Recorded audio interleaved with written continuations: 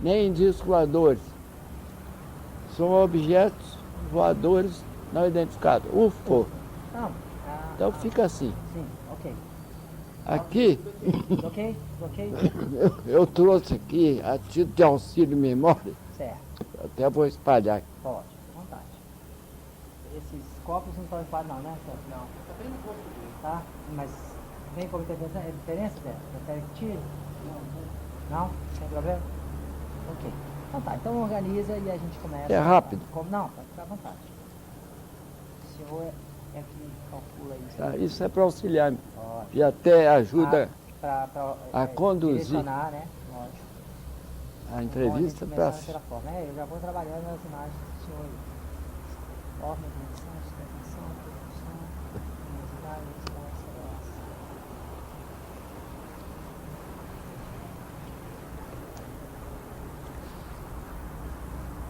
Por exemplo, ao invés de entrar nessa matéria desse jeito aí, Certo. eu deixaria para o fim, Final. Tudo bem. por um motivo. Quem não compreender esse início Não entende vai nada. estranhar e o que eu falar não vai valer nada. Legal.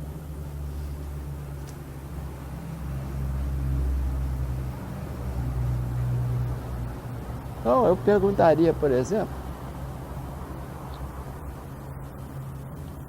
por que que os UFOs, primeiro, se eles existem,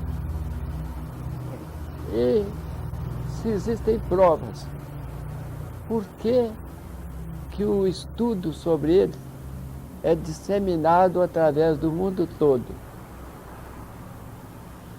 Por que que eu me envolvi nessa matéria? Coisa assim. Tá, ok. Então vamos começar como o senhor se envolveu, e aí o senhor fala um pouco da biografia do senhor, só para a gente registrar formalmente. Nome. Aí você pode fazer perguntas Sim, objetivas? certo. Sim, vamos lá. Então, ok? Ok.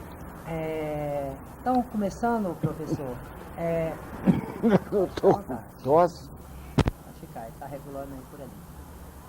Fale um pouquinho da vida do senhor, exatamente o que o senhor fez, como que o senhor começou essas pesquisas, como o senhor enveredou por esses caminhos aí da ufologia. Bom, a minha vida em si foi uma vida comum, das mais comuns. Nascido em Belo Horizonte, filho de pai médico e com a família de numerosos irmãos, um clima sério, honesto. Então assim crescemos. Eu sou um dos 14 filhos. Sou do meio, em termos de idade. A partir daí fui para o colégio, como todo mundo. No meu caso foi interno, porque era muita gente em casa. E fiquei 5 anos frequentando ótimos colégios em regime de internato. E nessa altura, aos 15, 14, eu já me interessava em acompanhar a guerra que se desenvolvia naquela época. Acompanhava através do raio de onda curta, dos jornais. Eu sempre tive vocação para acompanhar esses fenômenos assim, molares, globais. E a guerra é uma coisa seríssima, me chamou a atenção. E nesse contexto, me chamou a atenção em particular a aviação de guerra, a aviação de combate. Daí, a acentuação das minhas leituras a respeito, das minhas reflexões a respeito da aviação de combate. Eu procurava acompanhar tudo que ocorria nessa área e em outras também. Isso, por exemplo, é que justifica aquele álbum que eu dei para a Cristina, Aviação de Combate.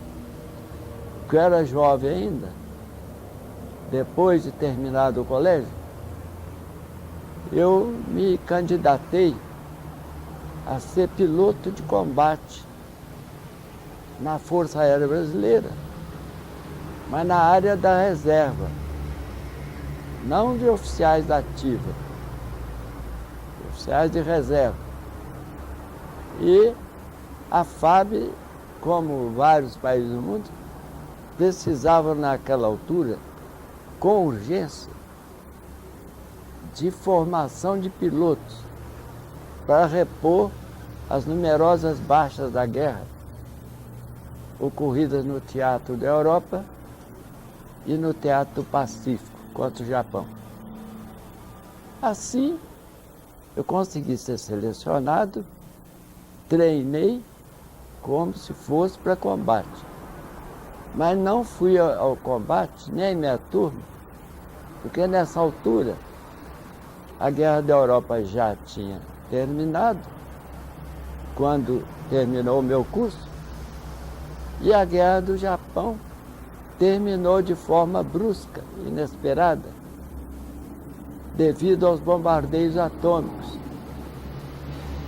que foram para todo mundo um fator inesperado na guerra. Os japoneses então se renderam subitamente, acabou a guerra no fronte do Pacífico também, e por isso não fomos convocados para combate. Mas ainda assim o treinamento foi completo aqui no Brasil. E esse álbum exatamente reproduz os acontecimentos e as sensações que, como jovem, pós-adolescente, eu e meus colegas tivemos durante esse treinamento. Mas isso me agudizou a atenção para tudo que voasse. E quando em 52 eu li as primeiras repetidas notícias sobre avistamento de objetos aéreos estranhos, eu lia, relia e refletia, achando que aquela descrição apontava para aparelhos muito esquisitos, muito diferentes de qualquer aeronave conhecida ou imaginada. E assim, aos poucos eu fui me aprofundando, mas sempre cautelosamente, sem nenhum preconceito. E passei por todas as fases que os chamados ufólogos passaram. Primeiro achando que os discos, se existissem, seriam armas desenvolvidas aqui mesmo na Terra. Ao longo do tempo, essa hipótese morreu de morte natural, por falta de nutrição, diante das características demonstradas por esse aparelho. Eles superavam tudo. Então, a minha hipótese saltou lá para o espaço, como outros também. Se não são daqui, são de fora, óbvio. Se são de fora, seriam de outros planetas habitados. Quem sabe Marte mesmo? Naquela época se admitia ainda. E assim foi evoluindo o meu pensamento. E em 54, já convencido da seriedade do assunto, eu reuni um pequeno grupo de interessados, até com dificuldade, porque o ceticismo era muito grande. E fundei o CICOANE, que é o Centro de Investigação Civil de Objetos Aéreos Não Identificados. Esse centro existe até hoje e nesse ano de 2004 está comemorando o seu 50º aniversário de fundação. Foi o primeiro da América Latina sendo que o segundo foi argentino. Depois vieram outros aqui no Brasil, no México. Enquanto isso, a Europa já tinha alguns grupos organizados.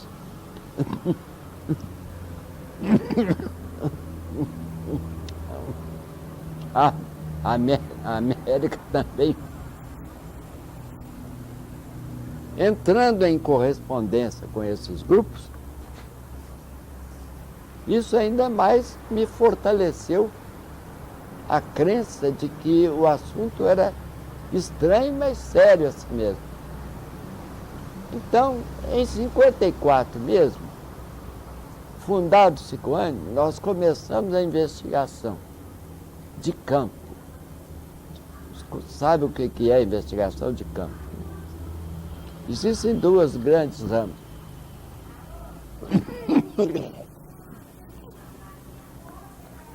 Investigação de campo é a captação de dados, a análise de dados colhidos nas mais diversas áreas.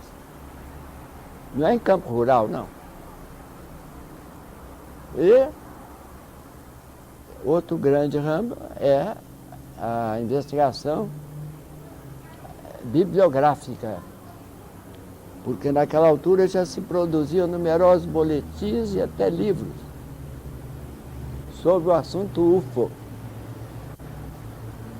E aquilo foi muito convincente para mim, principalmente a investigação de campo, porque nós tivemos, o Sicoane teve a sorte de, em 54 mesmo, ano de sua própria fundação, ele deparar com ocorrências em Belo Horizonte mesmo, numerosas e convincentes. Algumas delas estão relacionadas nesse pequeno álbum que eu entreguei a Cristina. E eu próprio vi, de forma não tão nítida quanto outros que viram de perto. Então, esse resultado dos dados obtidos no campo, de pessoas de profissões variadas, faixas etárias dos dois sexos, faixas etárias variadas, de localização variada. Isso me causou uma impressão muito forte, porque estava claro, através dos relatórios escritos e falados, que aquela coincidência, aquela coerência apresentada pelos interlocutores, pelos entrevistados, não podia ser fruto de fantasia, mesmo porque uns não se conheciam, não conheciam uns aos outros, nem se comunicavam. E ao descrever e desenhar os seus avistamentos, havia grande coerência. Então, eu imaginei, ou existe um novo tipo de fenômeno mental, tipo alucinatório, delírio alucinatório, para explicar essas coincidências, ou o fenômeno existe mesmo, independente da sua estranheza. E assim foi que começamos a fazer o trabalho que resultou depois em ampliação mediante viagens. Antes do meu trabalho e do grupo, era restrito quase exclusivamente a Belo Horizonte. Eu não tinha veículos, nem meios para sair, nem tempo. Eu trabalhava às vezes 10, 12 horas por dia. Então, nos fiapos de tempo que sobrava, eu ia fazendo entrevistas aqui mesmo em Belo Horizonte. E dentro de pouco eu posso mostrar a vocês alguns exemplos, se a Cristina me emprestar o catálogo que está com ela. Bom, acho que já tem, né, assim, pra gente com uma conversa, já tem bastante coisa. Eu queria começar então um pouco quebrar com perguntas, para okay. Ficar mais à vontade. Desses relatos todos, cuidado com as luzes aí, vai cair no tempo todo. Desses relatos, dessa experiência, desse início todo, então a gente podia começar assim, exatamente como o senhor propôs. Existe formalmente, tecnicamente comprovado a existência de UFOs?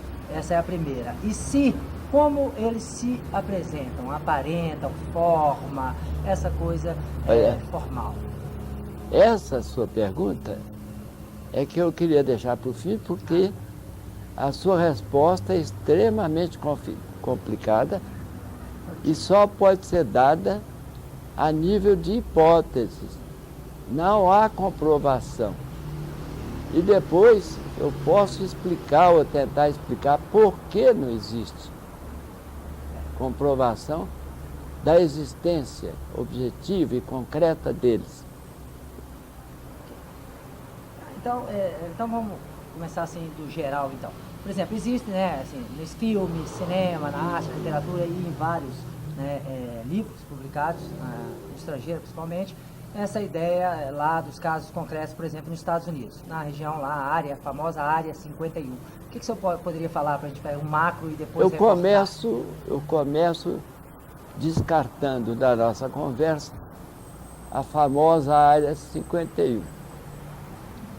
Porque a existência dela, como base operacional de UFOs, é muito questionável.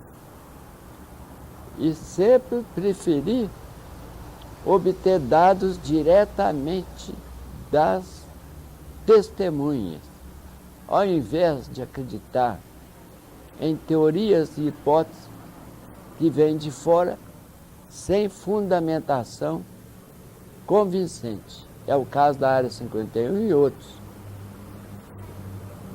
Pois é, diante disso, por exemplo, tem essa ideia. Quais os casos, por exemplo, mais comuns que os especialistas, no caso dos ufólogos, duvidam de veracidade? O senhor conhece, além da Área 51 outros?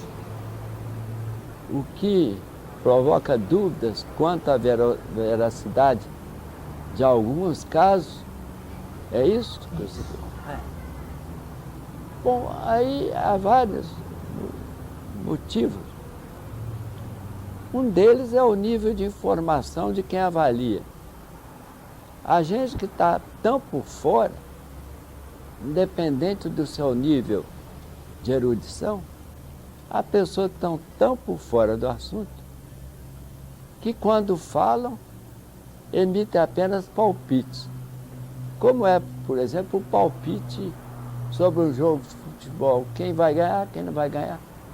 Não vale nada. Agora, existem outras razões. Uma delas, a principal, é que esse fenômeno está nos castigando porque ele atua de forma inteligente, enganadora, confundindo a mente dos próprios pesquisadores, quanto mais aqueles que estão desinformados. E agora, depois de tantos anos, eu estou convencido de que eles fazem essa confusão de propósito, para nos pegar de surpresa no momento oportuno que eles marcarem. São táticas que eles usam, as quais a psicologia ajuda a esclarecer. Não esclarece, mas ajuda. E como sou psicólogo, entendo um pouquinho de psicologia, eu pude refletir mais detidamente sobre essas táticas. Eles estão aí nos enganando. Ora, se apresentam ostensivamente, quase numa espécie de striptease, de forma a não deixar dúvida naqueles que os veem. Mas na maioria das vezes, eles agem de forma subreptícia, sorrateira, até traiçoeira. Então, esse aparente paradoxo eu explico da seguinte maneira. Como o fenômeno em si é extremamente estranho ao ser humano, Eles precisavam ganhar credibilidade de um certo número de seres humanos. Eles precisavam convencer de forma contundente que eles são reais. E por isso faziam os tais striptease. Aparecer em número grande, com nitidez, para grupos ou pessoas isoladas, e depois repetir, depois somem. Aí ficam provavelmente observando a nossa reação de humanos. Somem, continuam praticando as suas artes, depois voltam a essa demonstração explícita, ostensiva, depois voltam ao segredo. Mas o que predomina no comportamento deles, sem dúvida nenhuma, é o segredo, é o engano. De vez em quando eles aparecem de forma ostensiva, só para garantir que eles são dignos de crédito. Mas como a maioria não vê, só um núcleo muito pequeno da humanidade fica suscetível a esse tipo de experiência ostensiva, quase palpável. E como o senhor definiria, pelos vários relatos das testemunhas, das pessoas que o senhor entrevistou, e até mesmo o senhor disse que vivenciou, né, do caso de vivência, de contato, de avistamentos que o senhor mesmo presenciou, como que o senhor define esse contato? Como que você definiria isso, ou as pessoas definiriam esse contato? Como assim? Desses seres, esse contato. Como definiria o contato? Esses contatos. Como as pessoas dizem que é mais comum. O que a gente chama de contatos é mais observação visual, às vezes acompanhada de outras manifestações sensíveis, como ruído, às vezes, como cheiro, às vezes, e também como marcas no solo, às vezes. Mas na maioria são observações visuais rápidas, imprevistas para o observador, mas ainda assim contundentes devido à sua proximidade e à nitidez dessas aparições. Vez por outra, raramente uma foto. Uma foto, outra é digna de crédito. Enquanto, na maioria das vezes, elas são passíveis de dúvida. Mesmo porque os artifícios, como vocês sabem, que são passíveis de serem usados na fabricação ou distorção de foto, esses artifícios são muito numerosos. Você quer que interfere? Dentro desses relatos, dessas testemunhas, desse trabalho todo que o senhor fez durante muito tempo, o que mesmo? O que define para essas pessoas, o que elas dizem, né, dessa estranheza? O que é estranho para elas? Como elas definem isso? Na medida em que o fenômeno é estudado em certo nível de profundidade, os estudiosos vão encontrando o que se chama uma síndrome de estranheza relativa aos UFOs. Síndrome, no meu entender, é um conjunto de sintomas. Não é um sintoma só que forma uma síndrome. É um conjunto de sintomas que se organiza e se direciona no sentido de particularizar a verdadeira natureza de um fenômeno, seja que tipo for, atmosférico, seja de que tipo. Por exemplo, na medicina, O médico não pode chegar a um diagnóstico se a pessoa chega e fala, eu estou sentindo dor de cabeça. E fica só nisso. É um sintoma. Porque a dor de cabeça pode ter múltiplas causas. O médico não pode embarcar na primeira ideia que ele tem. Ele tem que investigar. Eu vi vários relatos nesse livro, exatamente desse fenômeno dor de cabeça em várias pessoas. Como? Mas isso é outra coisa, eu estou dando.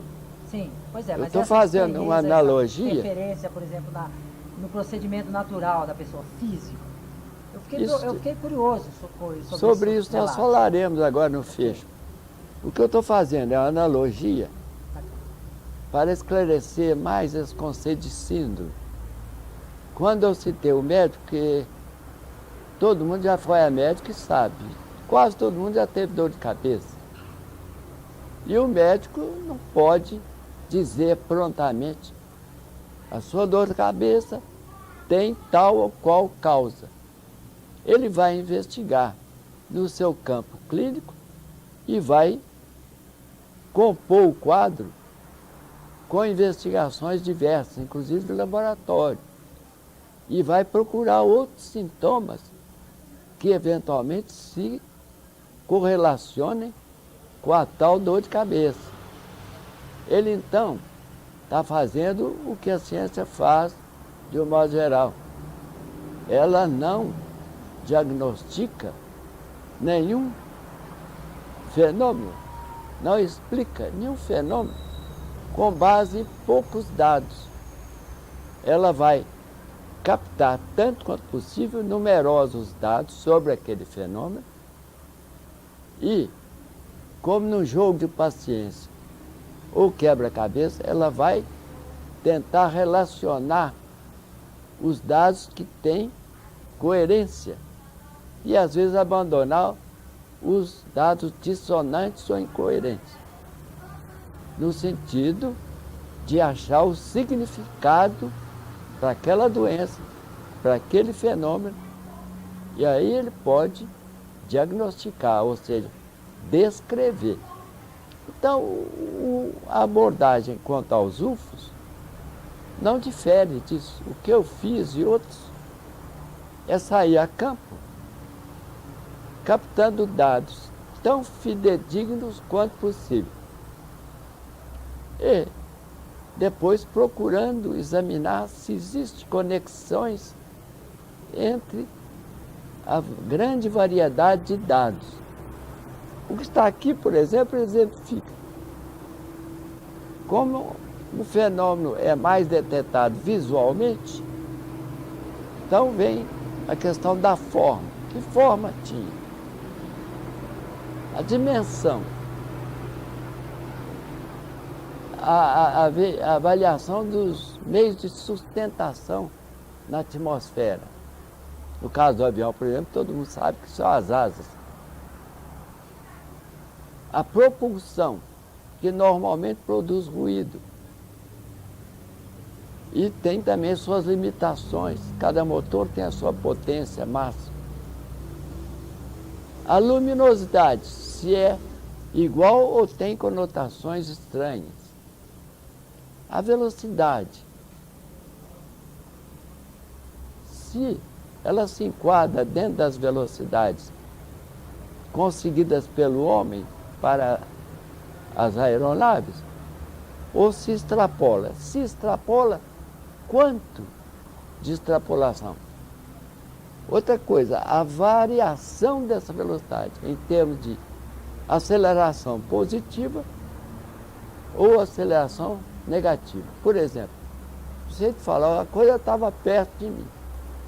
Aí, sem fazer ruído, aquela coisa levantou, voou verticalmente e foi diminuindo de tamanho com uma velocidade inacreditável. Tudo sem fazer ruído. Então, nesse caso, nós já temos de estranha forma, que a coisa, por exemplo, era quadrada. o mais comum, o que tinha de mais comum dentro dessas características básicas? A forma, o que era predominante nos relatos? Não, isso a gente tem, eu estou falando sobre a análise de cada caso. São variadíssimas as formas. Eu dei apenas um exemplo. Se é uma forma quadrada ou retangular, cadê as asas? E a dimensão? É o tamanho de um caixote. Não cabia nem ninguém. É outra coisa estranha. Ou então era o tamanho de um navio. Navio voando. A sustentação, as asas. Ele não menciona asas, não tinha. Não tinha asas.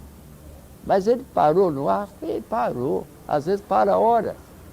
Sem fazer ruído, sem asas, sem nada. Então nós já temos reunidas várias características estranhas, conjugadas num único perfil. Depois a maniabilidade. Ele falou, olha, quando ele chegou a determinada altura, ele fez um movimento em linha reta, ele quebrou o ângulo, não fez curva não. Ele chegou lá em cima e foi direto para a esquerda, para a direita. Ou então, ele foi para a direita, depois foi para a esquerda, sem frear.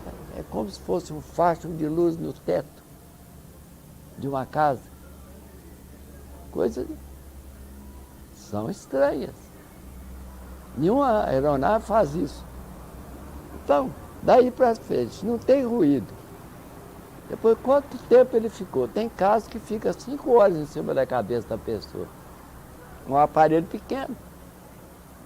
Cadê o combustível dele? O espaço para caber combustível. Não é combustível comum, não caberia ali. A autonomia de voo, portanto, é outro nível de estranheza, característica estranha. O raio de ação aparece lá no Nordeste, vai desaparecer lá no Sul em menos de 20 minutos, com a mesma descrição. Um raio de ação muito alto. O teto de serviço é a altura a qual uma aeronave pode atingir. Teto de serviço. Quanto mais alto o teto de serviço do avião, mais disso que ele encontra. O senhor teria um caso específico, dentro dos tantos, pensando assim que isso é um mosaico muito complicado, uma variedade muito grande, um que o senhor interessou de perto, por exemplo, que o senhor pudesse dar para a gente, pensando nessa relação com as pessoas que vão estar ouvindo e vendo isso sem causar mais estranheza ainda, porque aí não tem informação nenhuma sobre. Então, por exemplo, com essas características, qual é a forma? Porque tem tantas descrições e ao mesmo tempo o senso comum. O ET é isso, aquele formato de televisão, cor verde, portanto a relação antiga com o marciano, não sei o que, o marciano é verde. Então, da onde vem isso? E se tem um caso que o senhor pudesse dar algumas características experimentais mesmo, que o senhor vivenciou, viu, analisou, pudesse descrever para que a gente tivesse um perfil, que seja um só, como modelo e exemplo. É difícil achar, porque a variação da atividade deles é de tal forma estonteante que é difícil você achar um caso como um paradigma central e único. Mas eu insisto, na medida em que você reúne a grande quantidade de casos, você vai chegando à conclusão de que as características dele, estranhas, convergem para o traçado de um perfil básico, ainda que não muito nítido. Por exemplo, forma varia, achatada, octogonal, linear. Outra coisa, dimensão varia de poucos centímetros até centenas de metros. Então é muito difícil você pegar um como paradigma. Nós temos alguns que ilustram. O importante no caso, eu insisto, é pegar, pinçar daquela confusão enorme de dados os dados dos relatos mais dignos de crédito e juntá-los para ver se a orientação das características segue um rumo. E segue. É um perfil básico. Eles têm capacidade superior em velocidade, em maneabilidade ou agilidade. Eles não demonstram possuir, na maioria das vezes, propulsão que seja audível, que seja visível, motores, nada. E assim por diante. Então você vai formando um perfil. Velocidade, maneabilidade, propulsão, sustentação. A maioria não tem asa, nem toquinho de asa. Como é que eles sustentam na atmosfera? Formas mais variadas. Algumas até a gente poderia chamar de ridículas. Sabe? Por isso não pode existir, mas... Pensando só no senso comum, exatamente as pessoas mesmo que não têm informação nenhuma, independente se acreditam ou não, e aí exemplificando como a gente tinha comentado, mesmo que saia um pouquinho, mas, por exemplo, como um caso específico, aqui em Minas, essa coisa de Varginha. O que tem de concreto de Varginha? O que tem de referência ao que o senhor sabe, o que você estudou? Tentar, qual é o perfil dessa região específica, desse famoso ET de Varginha? Eu posso escolher um que eu investiguei com muito afinco, eu e o grupo, e que tem muito mais validade e credibilidade que o de Varginha. Mas eu gostaria que se o senhor tivesse mesmo crítica à relação de Varginha, como o senhor vê, porque é importante, porque esse é o senso comum, existe lá e Varginha não vai, vira uma festa, um espetáculo. Eu queria como o senhor entende esse fenômeno Varginha, por exemplo? Eu entendo como a manifestação de alguns seres que estão subindo cada vez com maior frequência do fundo da Terra até a superfície. E não são seres extraterrestres. Eles podem até ser transportados por disco voador, porque os próprios discos voadores podem ser fabricados por civilizações interioranas. E eles tripularem essa. Mas não vêm de outro planeta. Eles são seres, como de Varginha, que demonstram uma razoável dose de adaptação ecológica com as condições vigentes na Terra. Por exemplo, ele não tinha aparelho para se proteger de pressão, de respiração, de composição da nossa atmosfera. E dificilmente um ser biológico de qualquer planeta poderia se apresentar assim, desnudo, respirando o nosso ar, olhando, sem proteção ambiental. Por exemplo, o astronauta morre em segundos. Se ele tirar o vestuário lá na superfície da rua, ele morre em poucos segundos. Porque ele leva o ambiente terrestre dentro do seu vestuário, que é caríssimo, mas tem regulagem de temperatura, de pressão, de composição do ar, tem tudo. Alguns tripulantes dos UFOs são apresentados com essa semelhança. Vêm vestidos de escafandros ou de alguma proteção parcial, mas parcial. Mas é um caso, senhor, que o senhor gostaria de relatar. É um exemplo. É um dos primeiros casos investigados que eu chamo bebedouro, porque ocorreu. Ele ocorreu numa zona rural próxima a Belo Horizonte, município de Matozinhos, em 1969. E esse local no meio do mato se chamava Bebedouro. Então, o rapaz, que na época era soldado da Polícia Militar e era aficionado pela pesca, foi aproveitar o domingo para pescar na lagoa onde habitualmente ele ia. Domingo ensolarado, 3 horas da tarde, ele tem a surpresa de, pelas costas, sofrer a aproximação de seres estranhos. Primeiro recebeu um jato, que no início parecia ser de fogo, mas era de luz, no joelho direito. Recebido esse jato na perna, ele dobrou os joelhos, impotente, e vieram 2 seres pequenos que o agarraram pelas axilas e o carregaram rumo ao aparelho que estava a alguns metros à distância. No meio do caminho, ele deparou com um terceiro personagem, aquele que deu o jato de luz. Estava armado, mas uma arma totalmente diferente.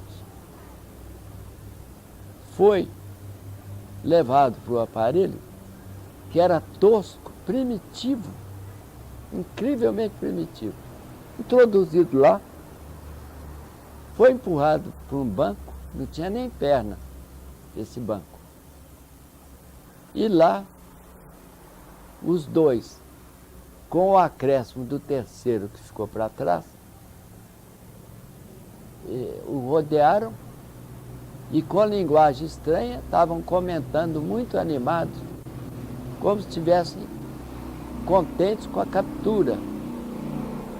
Então, raptaram o rapaz. Ali sentado, ele sentiu, puseram um capacete na cabeça dele. Esses seres tinham 1,30 m, 1,35 m cada um. Eram vestidos de uma roupa de aparência dura e lisa, de cor cinza, sem costura, e tinha um capacete avulso, desligado da roupa. Cada capacete com 2 furos correspondentes aos olhos dele. Portanto, não havia vidro, não havia proteção ambiental. Era gente que respirava a nossa atmosfera. Levaram esse rapaz para um lugar desconhecido. Ele sentiu o impulso do aparelho voando e sentiu uma série de coisas durante essa viagem, que ele calcula durou 1 hora. E depois foi levado pelos seus captores, sempre seguro, pelos braços, até o que ele viu ser um salão, bem amplo. Salão sem nenhum orifício, nem portas, nem janelas visíveis. Bem iluminado, mas sem luzes visíveis. E lá tinha um grupo, cujo número variava de acordo com o tempo. Um grupo de seres do mesmo porte dos outros captores, só que não tinham a vestimenta de voo. Aí ele reparou, apavorado, sentado lá, na beirada do salão, que esse grupo, a hora aumentava, a hora diminuía, como se houvesse uma porta atrás das costas dele. E ele preso ali, ficou observando, com a expectativa mais trágica. Mesmo porque ele, olhando para a esquerda, ele viu 4 cadáveres humanos. 4 pessoas desnudas, espichadas, sobre uma espécie de tablado, do lado esquerdo, a pouca distância dele. E ele garantiu que não estavam dormindo, não estavam feridos, simplesmente estavam mortos. Falou, eu trabalhei como padioleiro na Polícia Militar durante 2 anos. Eu sei bem identificar a pessoa quando está morta. E ele passou várias horas lá. O olhar dele vagueava através do salão, ele viu pinturas diversas. Só um pouquinho, pode interromper, pode passar, pode ficar à vontade, pode entrar. Só, problema não, a gente interrompe. Se não precisar, problema não. Daí a gente retoma. Vamos lá. Entender que está caindo muita luz. Okay. Retomando. Ele viu pinturas diversas na parede. Só aproveitando essa retomada, qual se eu acho, nesses casos, se tem também, se dá para estipular mesmo que seja uma hipótese, qual é a finalidade, ou qual seria a finalidade desse sequestro, dessa abdução, né, como chama, eu andei olhando, qual seria isso, o que eles relatam mais como que seria esse propósito? A explicação dessa atitude? Sim. Não é possível assegurar nada, só no nível de hipótese. No meu caso, minha hipótese é que eles estavam estudando o comportamento do rapaz, assim como dos outros. Os outros podem ter sido mortos ou terem tido morte natural lá, devido ao ambiente estranho. Mas não se pode assegurar. É mais um indício que se casa com outros indícios. Não iguais, mas semelhantes. Então, esse rapaz estava apavorado pensando que tinha chegado a hora dele. E um dos homenzinhos que ele descreveu como sendo igual aos seus companheiros, era como se fossem clones, todos eles baixos, robustos.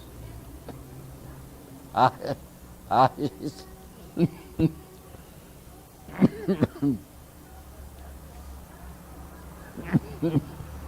Muito barbados, com barba que ultrapassava a cintura, cabelo que ultrapassava a cintura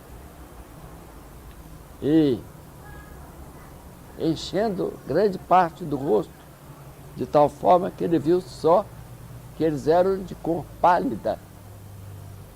Tinham os olhos fundos, esverdeados, e todos falando uma língua estranha. Ele não entendia coisa nenhuma. Muito animados entre si.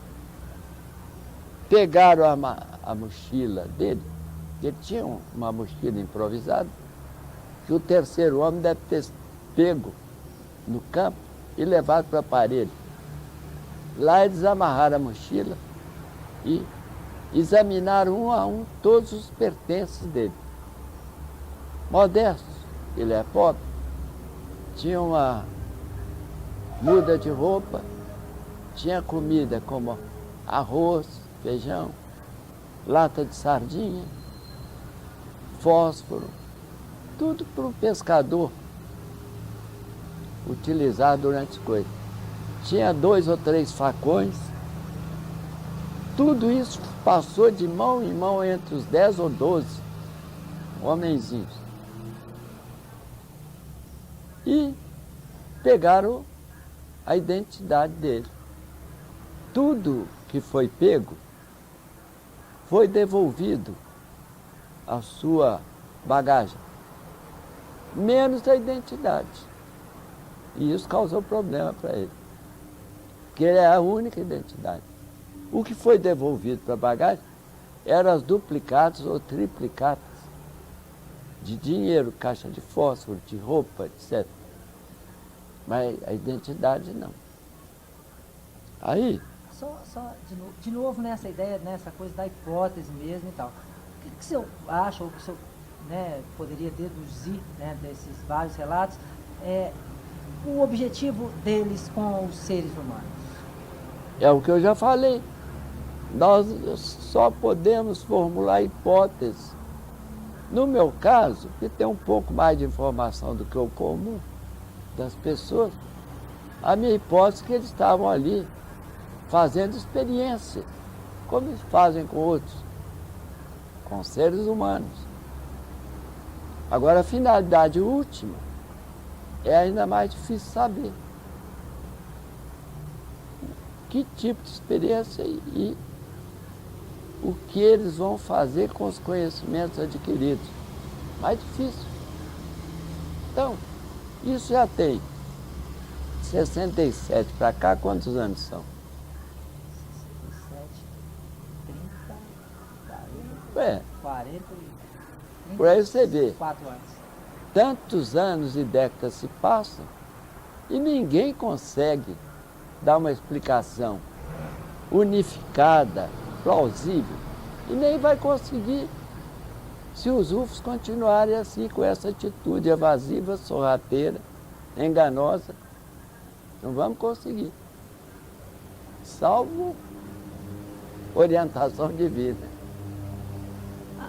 Né, pegando um pouco nessa ideia de orientação divina. Por exemplo, na Bíblia existem esses relatos, por exemplo, do anjo. Tem alguma finalidade na descrição, por exemplo, das entrevistadas? Algum, por exemplo, falou, achava que era um anjo? Eu já ouvi, por exemplo, li algumas coisas de fantasmas, de vultos. Como tem algum tipo de parecência, por exemplo, se teria, aí também, sendo o senhor psicólogo, seria casos, por exemplo, que acho que é muito clínico, por exemplo, uma deformação da mente, sonho, delírio das pessoas, o senhor chegou a hipóteses assim, ou analisar casos assim? Olha, existe uma coleção que envolve todas as explicações plausíveis. E sempre, dependendo do grau de estranheza, a primeira questão se refere ao grau de sanidade mental do observador.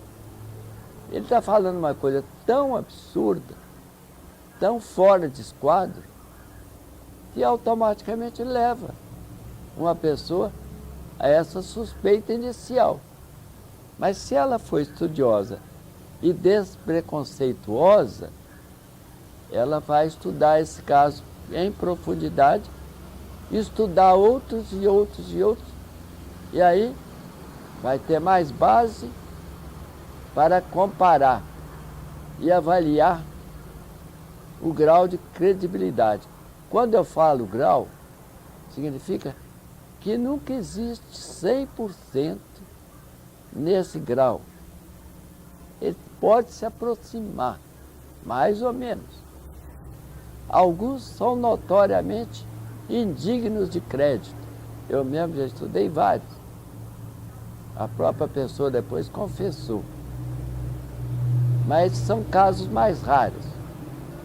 A maioria de enganos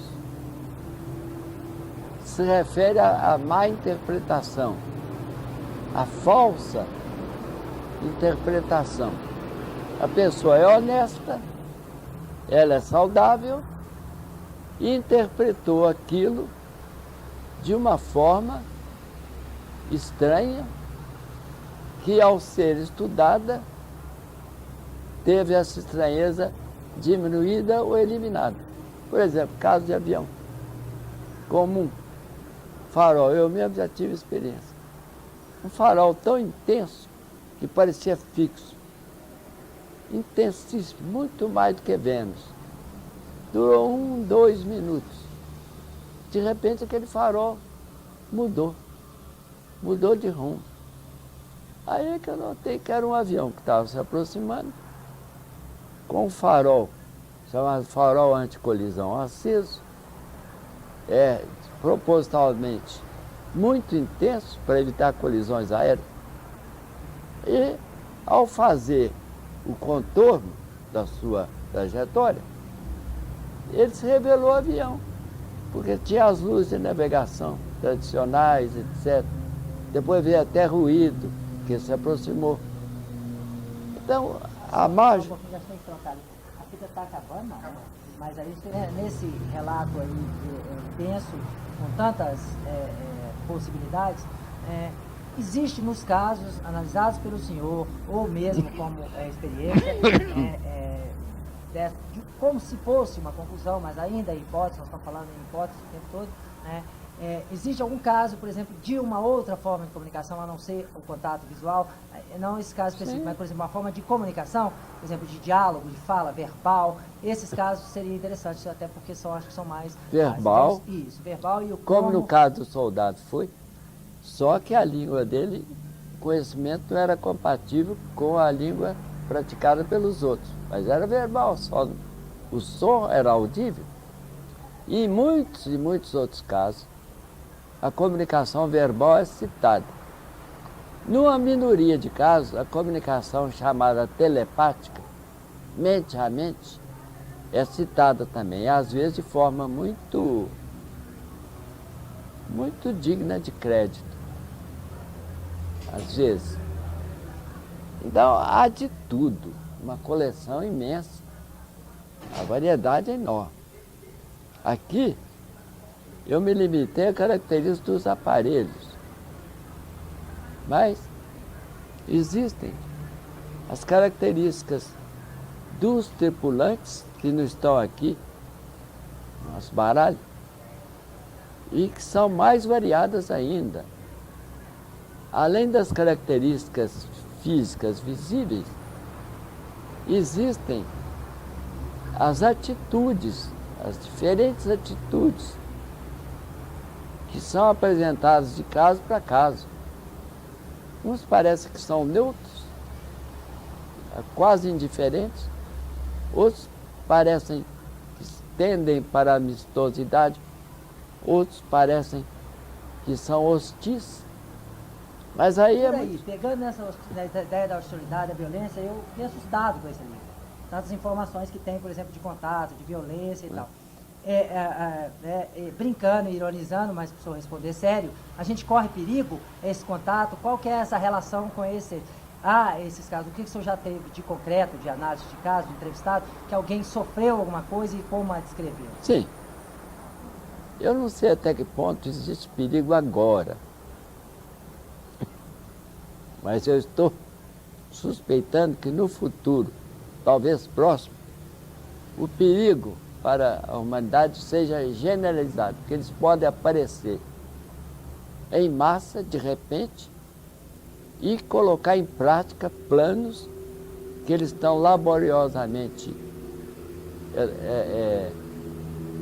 engendrando e nos escondendo. Então, o potencial de perigo, para mim, é uma realidade, baseado principalmente na falta de resposta à seguinte questão: por que eles são tão ciosos de se esconderem? Por que eles não se comunicam de fato e de forma definitiva e propiciam alguma prova, que eles só negam prova da própria presença, etc, etc. Isso é atitude típica de um tipo chamado subversivo. Ele está escondendo seus verdadeiros propósitos. Quem é honesto não tem razão de esconder, pelo menos tanto e tanto tempo seguido. Eles continuam. No comportamento dos ufonautas, há uma constante. Essa aí é que é o ponto de amarração.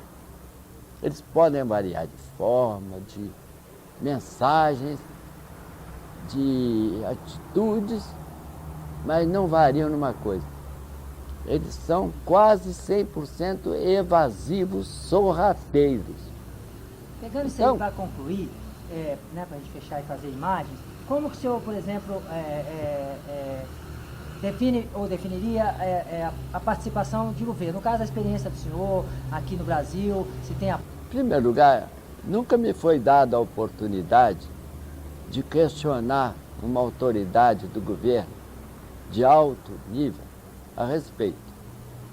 Mas a simples omissão, não só do governo brasileiro, como de todos os governos do mundo, todos, omissão no sentido de informar bem, de atualizar os conhecimentos dos seus cidadãos sobre as ocorrências. Eles são omissos. Então isso pode ter várias causas. Uma delas é a própria ignorância deles.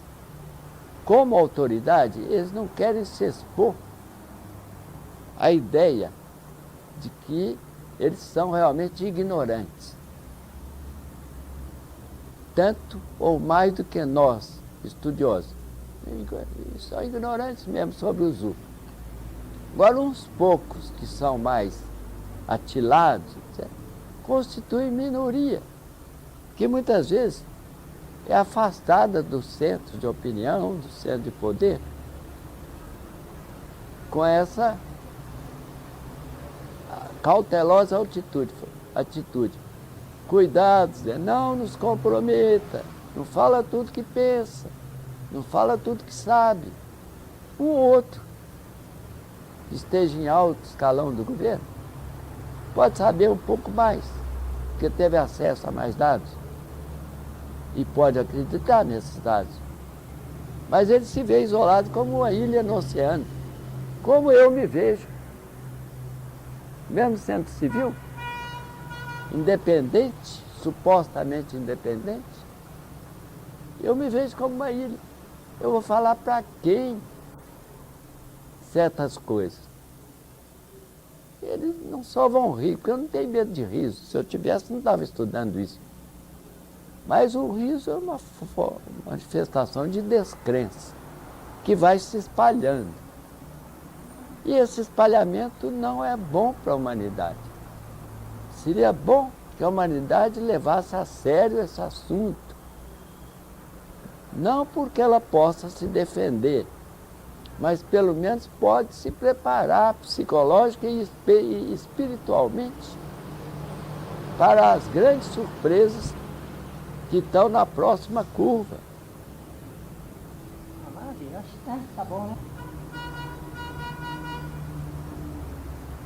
A análise da bibliografia mundial dos 5 continentes é suficiente para nos demonstrar que eles aparecem em todo e qualquer lugar.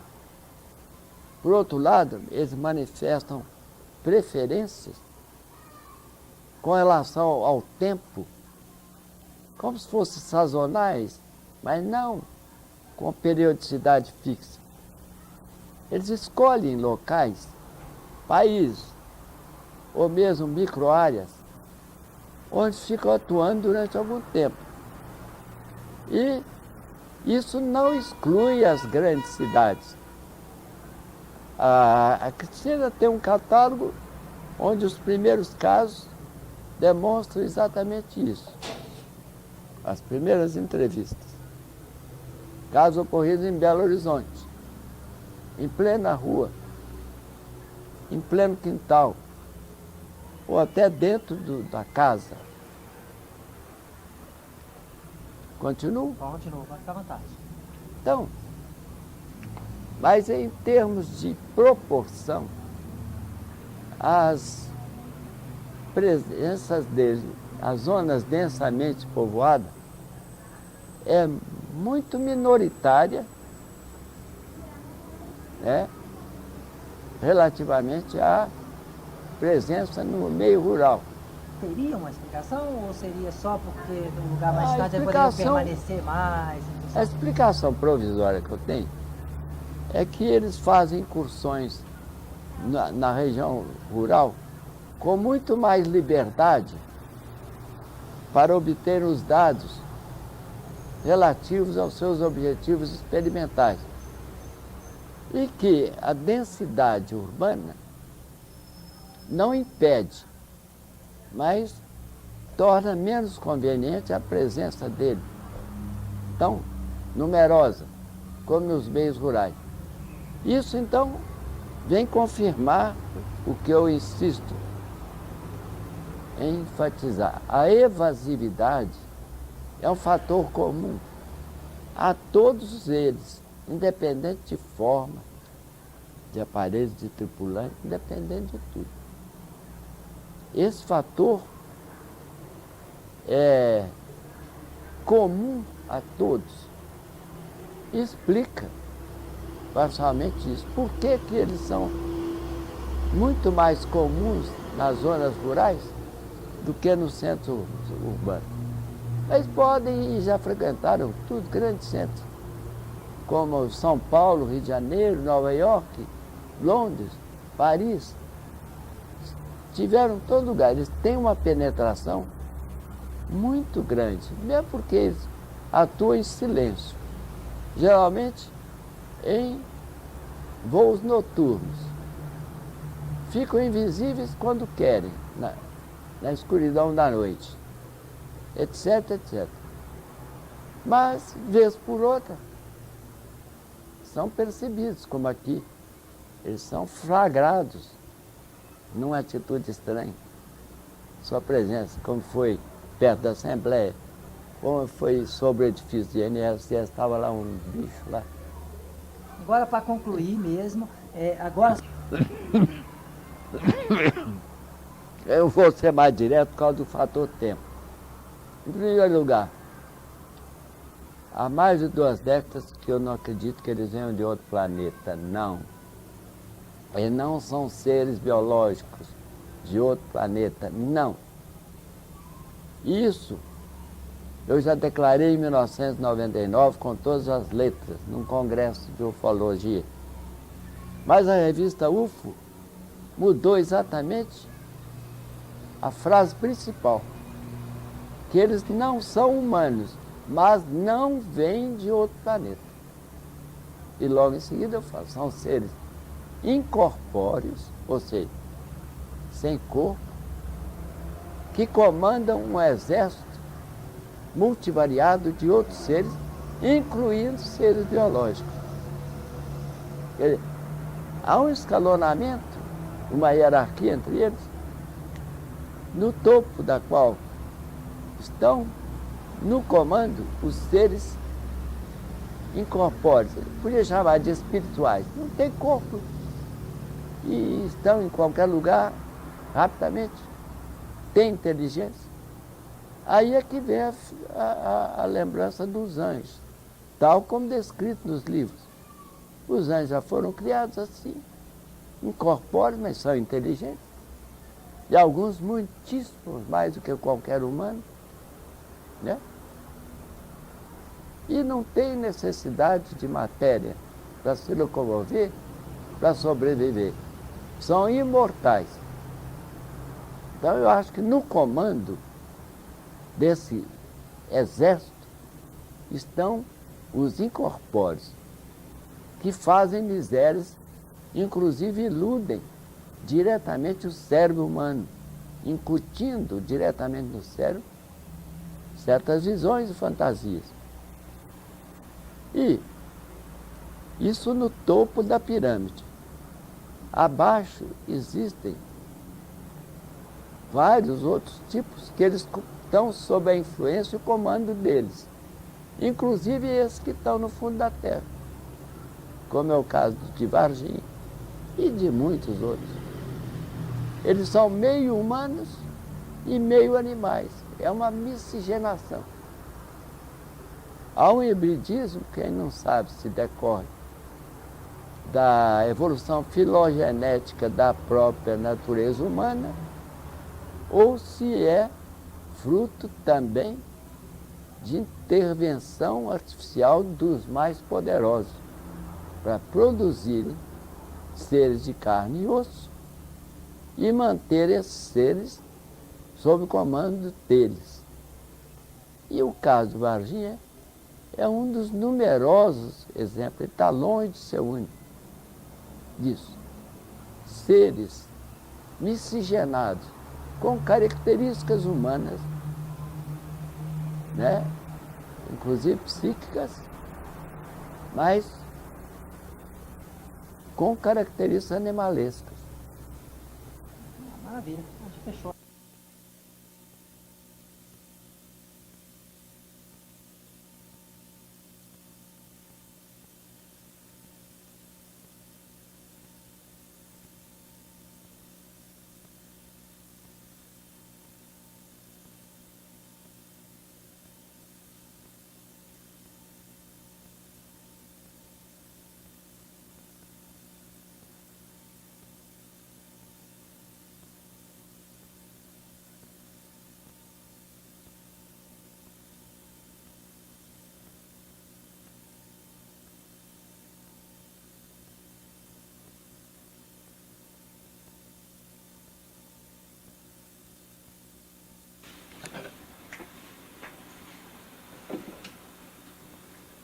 Ali eu tenho que mostrar um pouco de cada coisa e chegar aos desenhos. Vamos ver aqui. Não, pode ficar à vontade. Isso para a ordem, isso aí não tem problema não. Você pode comentar o que você quiser, porque isso aí depois vai ser editado mesmo. Comentar, mostrar, falar o que você quiser. Segura o favor.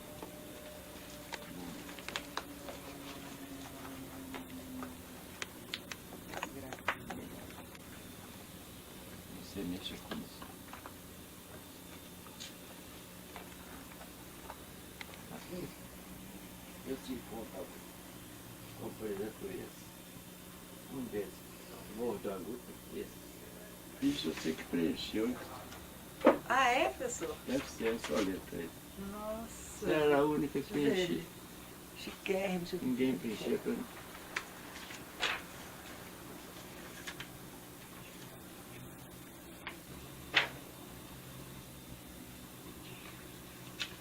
Os milhões não estão achando aqui. Os mais acabados, tá? Se possível, modelagem em plástico. Aí sempre é.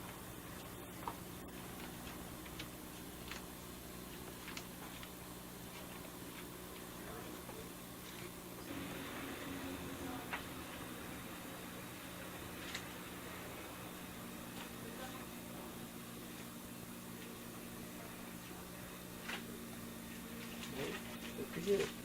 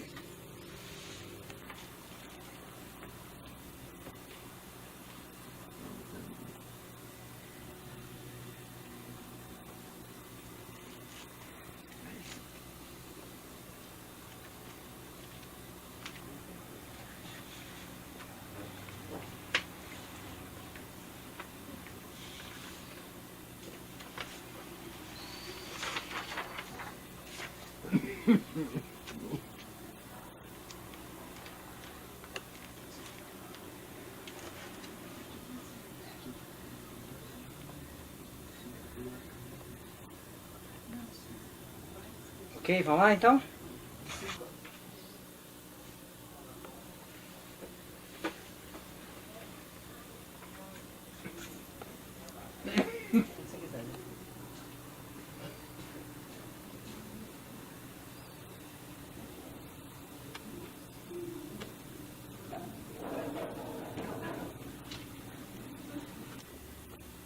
Com a finalidade de obter dados confiáveis sobre os UFOs, nós procuramos seguir uma metodologia científica como o tipo do fenômeno não é compatível com a aplicação do método experimental, usado com muito mais precisão do que outros, nós usamos o método chamado estudo de casos. Então levantamos caso por caso e vamos depois analisá-los individualmente e compará-lo com um conjunto de outros casos devidamente analisados. Esse método é muito comum, comumente usado nos ramos das ciências humanas e sociais, onde a aplicação do método experimental se torna difícil ou impossível. Então, com esse objetivo de seguir uma orientação científica, a gente tem que é a procura de dados confiáveis. Como a natureza do fenômeno exige, nós vamos com equipamento fotográfico, filmográfico, etc., já sabendo de antemão que dificilmente teremos oportunidade de fazer registro. Porque as aparições, além de imprevisíveis, as aparições de UFO são muito fugazes, rápidas. E, ao chegarmos para investigar determinado caso, nós vamos encontrar só traços de memória na mente do observador ou observadores. Nós não vamos encontrar, normalmente, traços de mais nada. Então, no caso, a psicologia ajuda, né? Porque dá um pouco mais de habilidade para tratar desse tipo de imagens de memória. Nós fazemos então, a entrevista pessoal, porque a entrevista por tabela, como todo mundo sabe, pode conter várias distorções, ainda que involuntárias. E a entrevista pessoal nos permite o questionamento de dados, inclusive aparentemente insignificantes, mas que para o estudo do problema podem ter significado.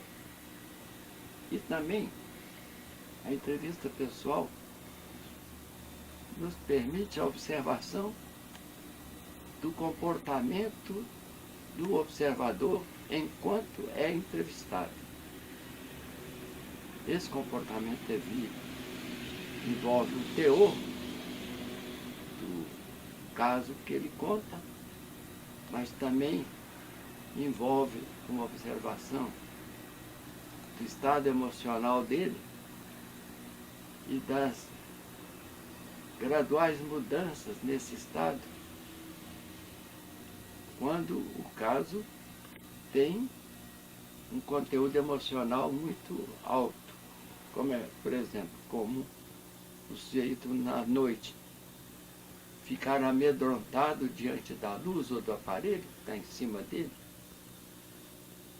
Ele vai denotar um resquício desse medo ou pavor ao recontar o caso. É importante, então, a gente estar atento para as variáveis emocionais contidas no relato. E também outros meios de expressões, porque conforme o professor Pierre Weill explica muito bem, o corpo fala, o corpo todo contribui para a transmissão da mensagem. Muitas vezes a pessoa está falando uma coisa e o olhar está falando outra. A dissonância, outras vezes a coerência, a expressão facial, a postura, os gestos, a mímica, tudo isso enriquece uma entrevista pessoalmente feita, principalmente quando o entrevistador é psicólogo, que ele conhece um pouco da técnica e da arte da entrevista que ele aplica quase diariamente. Então, com esse objetivo, é que nós temos viajado através de 32 anos consecutivos para ter a garantia de obter dados tão fidedignos quanto possíveis, obtidos em relato, olho no olho, obtidos nos mínimos detalhes, na medida do possível, que às vezes a pessoa viu poucos detalhes. E aí, a gente vai reconstituindo, através do interrogatório, e não tem nada de policial, mas não tem nada de pressão, de suspeição, interrogatório limpo. A gente vai conseguindo estabelecer um acordo, um nível de confiabilidade com o entrevistado, para que ele conte aquilo que realmente ele percebeu, ainda que seja distorcido do ponto de vista objetivo. Às vezes ele viu uma coisa e não sabe como descrever, etc. Então, para enriquecer o relato, que é normalmente gravado, conforme vocês vão ver nessas quase 500 fitas, para enriquecer, nós recorremos ao desenho, sempre que recomendável. O desenho é feito pela pessoa ela própria delineia.